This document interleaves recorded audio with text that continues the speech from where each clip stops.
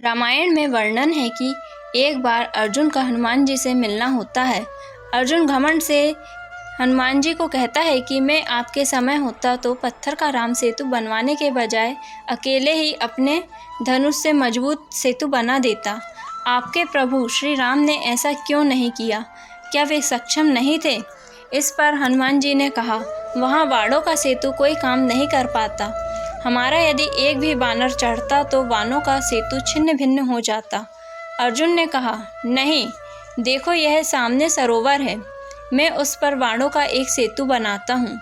आप उस पर चढ़कर सरोवर को आसानी से पार कर लेंगे। यदि आपके चलने से सेतु टूट जाएगा तो मैं अग्नि में प्रवेश कर जाऊँगा, और यदि नहीं टूटता है तो आपको अग्नि में प्रवेश करना पड़ेगा। हनुमान जी ने कहा, मुझे स्वीकार है, यह सेतु मेरे 3 कदम ही झेल गया तो मैं हार स्वीकार कर लूँगा। हनुमान राम का स्मरण करते हुए उस वाणों के सेतु पर चढ़ गए। पहला पग रखते ही सेतु का सारा डगमगाने लगा। दूसरा पग रखते ही चरमरा गया और तीसरा पग रखते ही सरोवर के जल में खून ही खून हो गया। तभी श्री हनुमान जी सेतु से नीचे उतर आए और अर्जुन से कहा, अग्नि तैयार करो। और जैसे ही हनुमान अग्नि में कूदने चले वैसे ही भगवान श्री कृष्ण प्रकट हो गए और बोले, ठहरो। तभी अर्जुन और हनुमान ने उन्हें प्रणाम किया। भगवान ने सारा प्रसन्न जानने के बाद कहा, हे हनुमान, मैं आपका पहला पग चढ़ने से ही सेतु के नीचे आ गया था, वरना आपके पहले पग से ही सेतु टूट जाता। और यह आपकी शक्ति ही थी कि आपके तीसरे पग के भार से कछुए रूपी शरीर से रक्त निकल गया। यह सुनकर हनुमान को काफ़ी कष्ट हुआ और उन्होंने क्षमा मांगी। मैं तो बड़ा अपराधी निकला, आपकी पीठ पर मैंने पैर रख दिया, मेरा ये अपराध कैसे दूर होगा भगवान।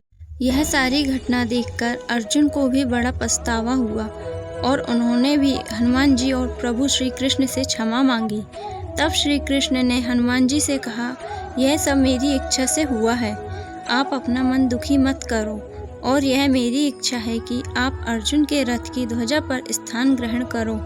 इसलिए द्वापर में श्री हनुमान महाभारत के युद्ध में अर्जुन के रथ के ऊपर ध्वजा लिए बैठे रहते हैं। यही कारण था कि महाभारत का युद्ध चल रहा था। श्री कृष्ण अर्जुन के सारथी थे।